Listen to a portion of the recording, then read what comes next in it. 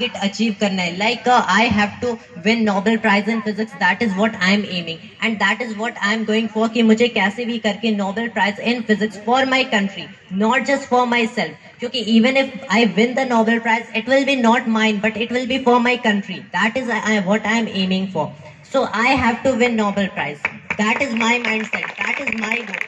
वैसे ही सबका कोई ना कोई गोल होता है. आप किसी से भी पूछो, वो या तो डॉक्टर बनना चाहेंगे या फिर वो इंजीनियर बनना चाहेंगे, कुछ लोग टीचर बनना चाहेंगे. सिंस टीचिंग मोस्टली लोग समझते हैं कि teaching is something like a low profession, but actually I would say कि even after becoming a scientist मैं एक टीचर बनना चाहता हूँ.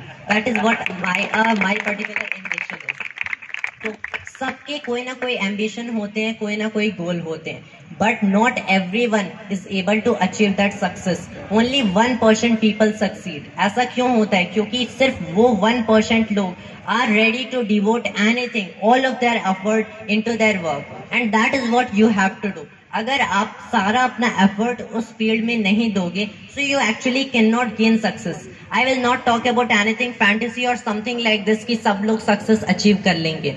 It is as long as you are ready to devote all of your effort into your field, you will definitely succeed. And if it is something about a competition, तो ऐसे तो मैं scientist बनना चाहता हूँ, मैं नोबेल प्राइज गेन करना चाहता हूँ. If you are talking about something like a competition, since मेरा पर्टिकुलर फील्ड जे या नीट के एस्पिरेंट्स को टीच करना है, so in that case what you have to actually do, since competition में क्या होता है that you have to go forward than the next person. That is what happens in competition. आपके पास 10 लाख सीट्स हैं, उसमें से कुछ 1000 सीट्स की सिलेक्शन होगी, कुछ 1000 एस्पिरेंट्स की सिलेक्शन होगी. In that what you have to carry, you have to work hard more than the other person. So not only you have to work hard, but actually it is a competition even to live in this world, even to live on this earth, on this planet is a competition in its own self. That is the thing, you don't have to just work hard. क्योंकि अगर सारे लोग यहाँ पे 10 घंटे की, 15 घंटे की या फिर 20 घंटे की मेहनत करना शुरू कर दें, तो क्या सबका कंपटीशन में सिलेक्शन होगा? नहीं, सबका कंपटीशन में सिलेक्शन नहीं होगा, तब भी सब लोग सक्सीड नहीं कर पाएंगे.